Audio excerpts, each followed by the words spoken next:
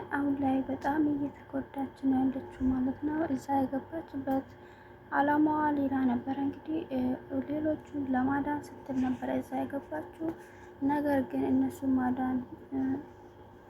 ማዳን ይቅርና ራሷንም ማዳን አልቻለችም ማለት ነው። አሁን ላይ እንግዲህ እሷ ሀሳቧ እንግዲህ እዛ ገብታ መረጃዎችን ሰብስባ ሌሎቹንም አድና ኤፍራታንም ነፃ ለማውጣት ነበረ እንግዲህ እዛ የገባችው። አሁን ላይ ግን ምንም ማድረግ አልቻለችም ማለት ነው። ሌላ ደግሞ ኤፍራታም እንደዛው ማለት ነው። ኤፍራታም እንግዲህ ዋነኛው አላማን ናታንን ለማዳን ነው ስትል ነው ያፌትን ያገባችው፣ ናታን ለማዳን። ሌላ በተጨማሪ ደግሞ ሴቶቹንም ከዛ ነገር ውስጥ ለማስወጣት ነበረ። ከያፌት አንዳንድ መረጃዎችን ወስዳ ቤት ውስጥ ስለምትኖር እንግዲህ እዛም ሆና መረጃ ማግኘት አልቻለችም ማለት ነው። እስካሁን እንግዲህ ሴቶቹም እየተሰቃዩ ነው። ኢዋንም እንግዲህ እዛ ውስጥ ሆና አጠገቧ ሰው እየተገደለ ሴቶቹ እየተሰቃዩ እሷም እየተሰቃየች ነው ያለችው ማለት ነው። ይሄን እያየች እንግዲህ ትዕግስቷ እያለቀ ነው አሁን ላይ ማለት ነው። ሌላው እንግዲህ ኤፍራታ አሁን ላይ አርግዛለች ማለት ነው። አሁን ላይ እርጉዝ ሆናለች። ከማን ነው ያረገዘችው የምለው ነው እንግዲህ ከናታን ነው ወይስ ከያፌት ነው? ከናታን ጋር መጀመሪያ ግንኙነት ያደረገችው ከናታን ጋር ነው እንግዲህ። ከዛ በኋላም ያፌትም አስገድዶ እንግዲህ አብረው ግንኙነት አድርጎ ነበረ። ይሄ እርግዝና የማን ነው የሚለው ነው። ግን ደግሞ በዛሬ ክፍል ላይ ይሄንን እያስመለሳት ነበረ። የምትበላውን ነገርም አያስማማትም ነበረ። እንግዲህ ሐኪም ቤት ልትወስዳት ጽዮን ቤት መታ ነበር። እንደዚህ እያረጋት ስታየው እንግዲህ አርግዘሽ ሊሆን ይችላል እንደዚህ አይነት ነገር እንደዚህ አይነት ስሜት ያለው እርግዝና ስፈጠር ስትላት ነበር። እንግዲህ ይሄ ስትሰማ ደግሞ ኤፍራታ በጣም ተደሰተች ማለት ነው። በጣም ደስ ብሏት እንግዲህ ጸሎቴ ሰምቶልኝ ነው የሚሆነው እያለች ነው እንግዲህ ከናታን አላረግዝ እችላለሁ ብላ ነበረ። ያፌት ሳታገባው በፊት ራሱ እንዲህ ምኞታ ነበረ። አሁንም ምኞቷ ተሳክቷል እያለች እንዲህ ተደሰተች ነው ያለችው ማለት ነው። ውድ ቤተሰቦቼ እንዴት ናችሁ? ደህና ናችሁ? የሰላማችሁ ስትበልልኝ። ለዚህ ቻናል አዲስ ከሆናችሁ ሰብስክራይብ በማድረግ ቤተሰብ ይሁኑ። አራት ክፍል 95 ተለቋል ማለት ነው። ውድ ቤተሰቦቼ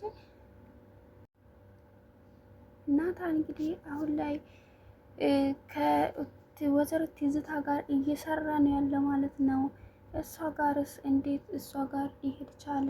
ለምንስ ሄደ የሚለው ነው እንግዲህ። ከሌላ ሰው ጋር ከህግ አካል ጋር እየሰራ ያለ ነው የሚመስለን።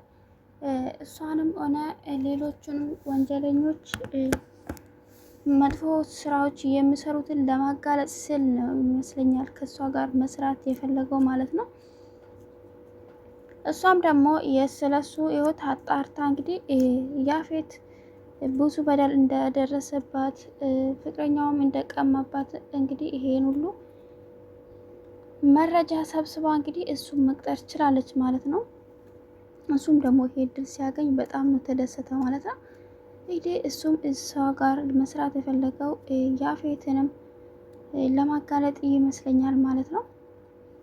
በሌላ በኩል ደግሞ እሱንም ለመበቀል ነው እንግዲህ። እቺ ሴት ከሱ ጋር ከያፌት ጋር ተቀናቃኝ ናት ማለት ነው። ያፌትን መጣል ነው የምትፈልገው እንግዲህ። የእሷ ድርጅት ደግሞ ይበልጥ ያደገ ነው ማለት ነው። ግን ደግሞ መጥፎ ስራዎች እየሰሩ ነው፣ ሰዎችን እያሰቃዩ ህገወጥ ስራዎችን እየሰሩ ነው እንግዲህ። ይሄ አሁን ላይ ደግሞ ናታንም ይሄ ስራ ውስጥ ገብቷል ማለት ነው። ሙሉ በሙሉ ይሄ ህገወጥ ስራዎች ውስጥ ገብቷል። አሁን ደግሞ ፊት ለፊት ተገናኝቶ ነበር እንግዲህ በባለፈው ክፍል እንዳየነው ከያፌት ጋር። ያፌትም እንዴት እንደዚህ ሊሆን ቻለ ብሎ በጣም ተበሳጭቷል እንግዲህ፣ በጣም ተናዷል። እንዴት ናታን ይሄን ሁሉ ሊያደርግ ይችላል ብሎ ይሄውንም እየተከታተለ ነው ያለው ማለት ነው።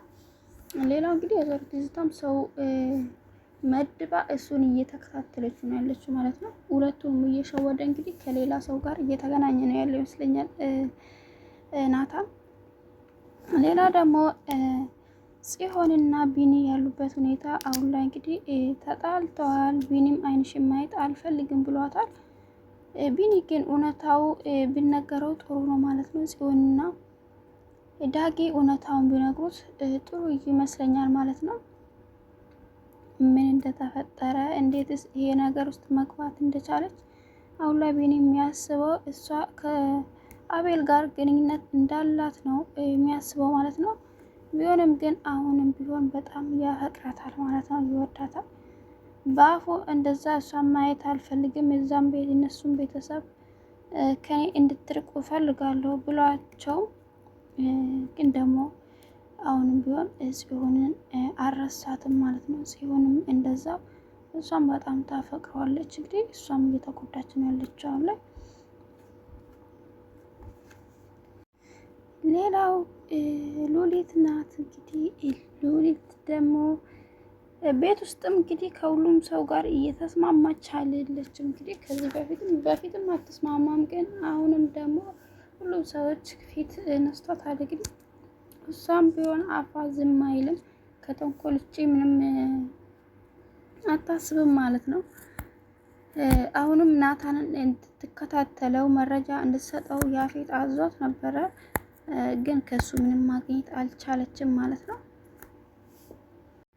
ናታን ይሄንን ሊያደርግ አይችልም ብላ እየተከራከረችው ነው። እንግዲህ እሷም ማንም ሰው አላሰበም እንግዲህ ናታን ይሄን ያደርጋል፣ ይሄ ስራ ይሰራል ብሎ። ዛሬ ደግሞ ታሪኩ እንግዲህ ጠርቷት ነበረ ተገናኝቶ ስለ ናታን እንድትነግረው ሁሉም ነገር አጣርታ እንድትደርስበት ነው አዟት የነበረው። ግን እሷ ምንም ማግኘት አልቻለችም። አጣሪ ድረሽበት እያላት ነው እንግዲህ ከዚህ በኋላ ጥፍርሽን ብቻ ሳይሆን በህይወትም እንድትኖሪ አናደርግሽም እያላት ነው። ሌላ እንግዲህ እሷ ምንም አታውቅም ማለት ነው። አለቃዋን እስካሁን ድረስ ማን እንደሆነ እንኳን አታውቅም። የምታገኘው ተላላኪውን ብቻ ነው ማለት ነው። ናታን ሁሉንም ሰዎች ሻውዶ እንግዲህ ቤት አልነበረም፣ በጠዋት ነበር የወጣው።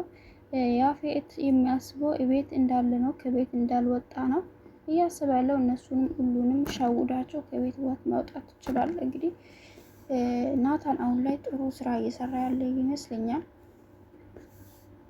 ሌላ ወይዘሮ ትዝታ ናት። እንግዲህ ወይዘሮ ትዝታ ሌላ ከልጆቹ የማያውቁት ከነሱ አባት ሌላ ልጅ አላት ማለት ነው። እንግዲህ የመጀመሪያ ልጇ ነው ይመስለኝ።